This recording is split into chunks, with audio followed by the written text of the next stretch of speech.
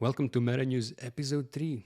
So, in this one, we'll cover the heads news, a bit of DAO Accelerationism, R&D Pitch Day Presentations, buyer getting rid of bosses, Shanghai Surveillance Expansion, and the X World PvP. So, another experiment with crypto. I guess let's just get started. Now this is going to be a speed run. So first things first, HATS Protocol, our friends over there launched their mobile app. So whoever doesn't know, HATS Protocol is a way to have on-chain representation of your organizational graph and configure like roles and permissions with like a bunch of different integrations. So it's nice to see that it's usable mobile. I think, everything we do in DAOs should be mobile first. So happy to see that happening more. And then I'd also, go for it. this one is super cool. Like talking about the Heads vision, I really think like Heads is one of the, if not the most, the coolest project in the DAO space at the time. And this vision post talk about heads or roles as the atomic unit of organization. And it's a really great post. You should go read it. We'll link it down in the description. So DAO Accelerationism, what's this? And then this is getting announced this week, actually, probably on Wednesday. And the real TLDR is that we've been doing these DAO related events and then needed some kind of an umbrella brand. And then this started as sort of the idea was to build this headless brand that's building an audience of people who are interested in DAOs. So there's a Telegram group and Twitter and newsletter that anybody who's doing a DAO event can use. But then it kind of grew into this idea that we should build it into more of an autonomous movement than any single organization. So it's still, it'll be announced. There's this announcement post that's being finished. We'll link to it. But yeah, basically for anybody who still hasn't given up on DAOs. Yeah, with this DAO G scene coin. So that's, I think it'll be interesting. We need to paste the image of it in here. All right, let's go. R&D pitch presentations. What do we have here? So bunch of projects pitched R&D. They have a bunch of videos. So they had this collab venture pitch day for Arbitrum DAO, it looks like.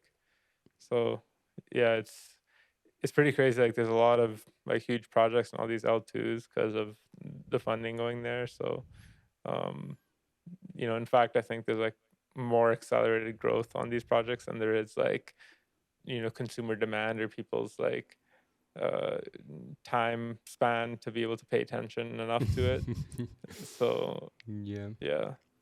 So Stargazer, for example, identity abstraction management can be Ascius or whatever. So yeah, it's hard to keep up with it, but whoever wants to get a concentrated look at all this, this thread seems like a good way to check out a bunch of different projects on Arbitrum. Have we mentioned this program last time? I think we did. The venture program we did R&D in Arbitrum. Yeah. And Common Ground, I think that could be a cool project that's being that's started by the founder of the, what is it called, DAO Stack. So one of the OG DAO frameworks. I need to check out what's going on with that, but it's probably gonna be cool. Interesting. Web3 Discord. It's tough, bro. Like it's just so hard to try to compete with something like Discord.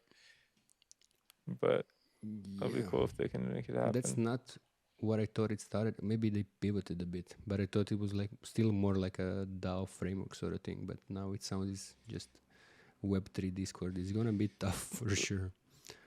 I've seen a few of these like Web3 Discords, and they need to win on so many fronts to be able to outcompete Discord. It's crazy. Yeah, it's tough. Yeah, I think. I mean, I'm curious to try it at least, but yeah, it's like so difficult. All right, what's this? A buyer getting rid of all the bosses. So the article says just to save to try to save some money. And then the post also said, like, can you scroll a bit further down? Where is this classic sentence? Increasingly, we can't get anything done. It's just too hard to get ideas approved. You have to consult with so many people to make anything happen. So just like they're having frustration with too many layers of hierarchy and management. And it's just like it's related to like a lot of organizations going more like becoming flatter. And there's even a book Yeah. of like how military is even getting a bit flatter because like the world is just increasing in complexity, and Yeah. it's I just think you have most intelligence it's is on the edges of the network and not in the. exactly. I think it's like just a function of the fact that, you know, 30 years ago even, it was completely abnormal for someone to, be able to be connected to other people at all times. Like if you leave to your house on a trip, it's like, you call the landline when you're leaving, and then like you leave on a trip and like no one knows if you arrived until you get there. For a lot of people that's like a completely foreign concept of like not having constant connection. But now that there is constant connection, it eliminates the need for so much centralization in organizations, because like the whole like 20 layers of hierarchy was because that bandwidth of communication from person to person was so limited.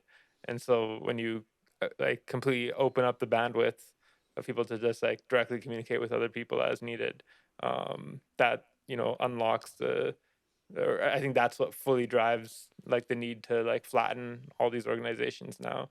And it's like I go back to one of the Steve Jobs videos of when he describes like what the purpose of computers was, and he's talking about what he's talking about. Basically, sounds like he's talking about DAOs. I have it somewhere in my Twitter thread. We can maybe link to it afterwards. But he says like it allows people to like or organizations to instantly form anywhere around the world, no matter like who they work for hierarchically or where they are geographically, and get something done and then dissipate and when it's no longer needed. So yeah, I think that makes a lot of sense. And that then what the problem space moves to then is just getting like the right quality of people, um, as long as you have the right people with the right kind of aligned mindset or whatever, then like coordination can happen, like mindset and also trust in each other. uh, it's like James Young always says, like coordination moves at the speed of trust. Right. Yeah, it's more about curation than like control. Yes, exactly. It also kind of reminds me of Valve, um, and their kind of way that they operate as a company, where like each individual in the company is just like it's their responsibility to figure out where they're most useful and like get it done. It's like there's very little like anyone telling you what to do. Um, but yeah, like Valve, I'd say like it's one of the closest companies that operates like a DAO. Their handbook, I don't know if you've seen it. I'm sure you have. Yeah. Yeah, it's classic. Anyways, But yeah, this one like they're also moving to this structure where they have like I think it says they have like 100,000 teams or some ridiculous number like that. No, 5 to 6. 5 to 6,000 All right. self-directed teams. And then yeah, like work in the groups for 90 days of their choosing, and then regrouping for the next project. And that's super cool. And I would also recommend this book called The Team of Teams by General Stanley or Sergeant Stanley or someone. It's a book about how military is moving to this more decentralized approach as well. But all right, let's move on. Yeah. So what's this about Shanghai tripling mass surveillance? Oh, some George Orwell shit. Very nice. We are definitely living in Orwellian times. Let's get some crazy numbers here. More facial recognition. They had this from before. Yeah. It's interesting too, like the CCP's policy on like surveillance is essentially like capture everything possible, whether you know what to do with it or not, or like it doesn't matter like if it makes sense to capture or anything, like just capture as much data as possible, and then later on, even like decades down the line, figure out what to do with that, or just having the data is better than not having the data. And so their mindset is like it's better to have it and not need it than to need it and not have it. So yeah. But okay, so here, look at this.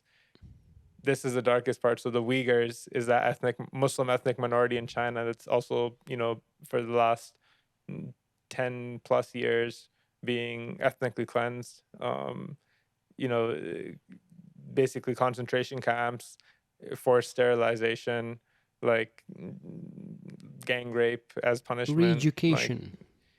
yeah, exactly. And I think we recorded one of these episodes where we showed like, they're forced to like dance in front of camera to like show that they're happy and, they're happy members of like Chinese society and stuff. It's super, super dark stuff. Um, and, the fact that they're training AI to recognize the features of people with this ethnicity so they can target them and, wipe them out. It's like, it doesn't get worse than that. Um, and so it's so funny too, because then like in the UN, you have like China criticizing Israel for what it's doing to the Palestinians, and meanwhile, they're doing the same thing to the Uyghurs, and it's just like all of joke basically. Uh, the fact that it's just so dysfunctional, the UN kind of did not fulfill any purpose. One person, one file. Yeah. All perfectly sorted. Nice. Yeah, so all these like a lot of these companies too, even you buy cameras from Hikvision, for example, which is like probably the top or in the top 2 or 3 manufacturers of security cameras in the world. Basically, and these are the other ones. They all basically have backdoors to the Chinese government where they can tap into that at will. So that's the Chinese intelligence agency. Their like defining characteristic is that the amount of data reach they have. In terms of having the most intelligence, orders of magnitude China has on the world, more than anyone else. Yeah, it's crazy. Scary shit. All right, so last thing on the news is World PvP. So this is a new on-chain game essentially that launched on Base. Uh, Basically, there's 211 tokens representing 211 countries, and every 30-day period, whichever coin has the highest market cap, the president of that country gets a nuke that they can bomb another country with. And that nuke basically means the liquidity of the other country. 50% of the ETH goes towards buybacks of the winning country's tokens that launched the nuke, and then 50% will go to like another random country on the map. And the president of the country is basically the top token holder of that country. And so you can either become the top token holder by buying all the tokens for yourself, or the people who hold the token can pool their tokens together into a DAO. Like this isn't actually a part of the DAO part is something I added, but you could basically it's saying you can team up with other people, send tokens into a single address, DAO, multi-sig, whatever, to become the top holder, and then overthrow the president essentially. And then there's an in-game chat as well, and there's like a map of the country, and you can buy and sell the tokens.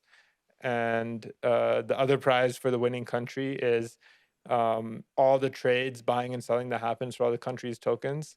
The fee from those trades goes towards a pool of ETH, and then that prize pool will be distributed to whoever like launched the nuke.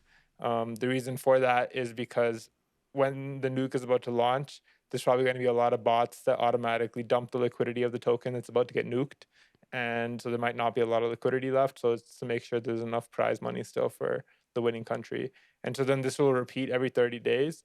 But actually, based on community feedback, the guy or whoever the team that made this, they updated people and said that they're going to change to every 7 days. There's going to be a new nuking happening, and so there's a bunch of some other mechanics too, like decorating the map, and so that'll continue over and over, and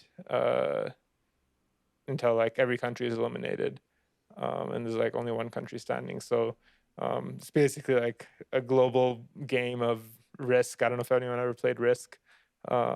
It's similar to that, but like on an actual map and related to like, it's like for me, it's kind of a microcosm of global geopolitics as a crypto game, which I think is really fascinating. And like for me, it's like one things that got me to actually want to play it.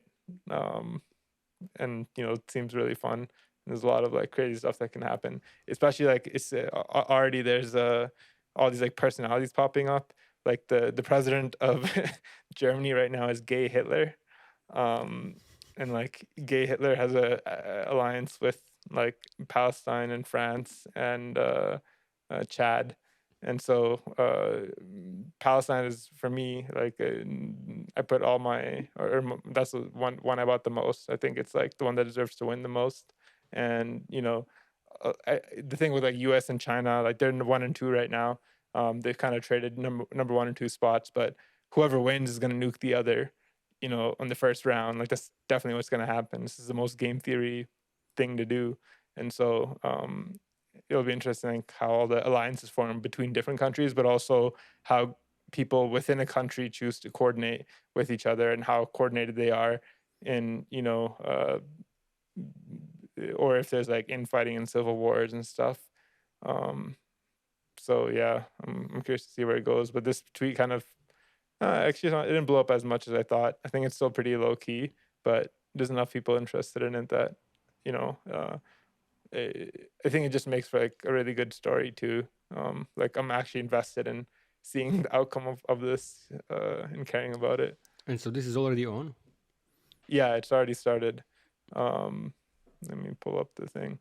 So yeah, you can connect your wallet. There's an in-game chat.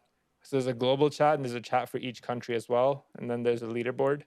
And then so you basically can go to any country. Let's go to Palestine. There we are. You click on it and then you can buy the token. Yeah. So each country's token is on a bonding curve until it hits 333,000 market cap. And then at that point, the liquidity in the bonding curve automatically gets transferred into a Uniswap pool. And it like basically goes live on Uniswap. So you can see here's a progress bar for deploying the pool to Uniswap. And so it's crazy because it got up to like 300K at some point. So it was really close to getting there. But right now, let's see, China's number 1. China number 1. But North Korea is number 2 now. Wow, they beat US. So North Korea was number 3 for some reason. Then And Chad for some reason unsurprisingly, because it's called yeah, Chad. yeah. But I mean, I don't know. Germany, Palestine up there too. So whoever's playing this stuff is pretty based so far, and we'll see where it goes. Let's see. Where's Croatia on this list? Oh, there Oh is. wait, 41. number 41, $7,000 market cap. So yeah, I mean, like game theory wise, it has to be like one of the smaller countries that wins out because like the nukes are gonna hit the biggest pots first. Unless Right. I don't know, like they might maybe they. Oh yeah, look, you can see Gay Hitler here. Oh, he's not a president of Germany anymore. No crown. Someone else became president of Germany. But yeah, so this is a global chat. Then you can go into each country too. Let's see if anyone said anything in Croatia. And it's not token gated. You can just anybody can type. Yeah, there was something that Who's was selling about the being token fatherland? gated. Okay, yeah. No, I so guess this we one can it make it. hasn't been token gated, but maybe. So they said that everyone should try to use the in-game chat, but there's already been people creating telegrams just because it's like annoying to like you can't do quote replies or send images or anything like that. So Yeah. it's pretty limited in terms of communication. But yeah, I guess. Oh, okay. This is USA chat now too. And anybody can just come in and spam you. Yeah, Like and yeah, coordinate. a lot of these are full of spam too. So well, they'll see. There's no like moderation. I guess there's a USA community page too. I was looking for that. But yeah, I definitely recommend checking it out. It's pretty fun so far. We'll see where it goes. Well, we can follow up on future episodes of MetaNews. Yeah. Thank you all for listening.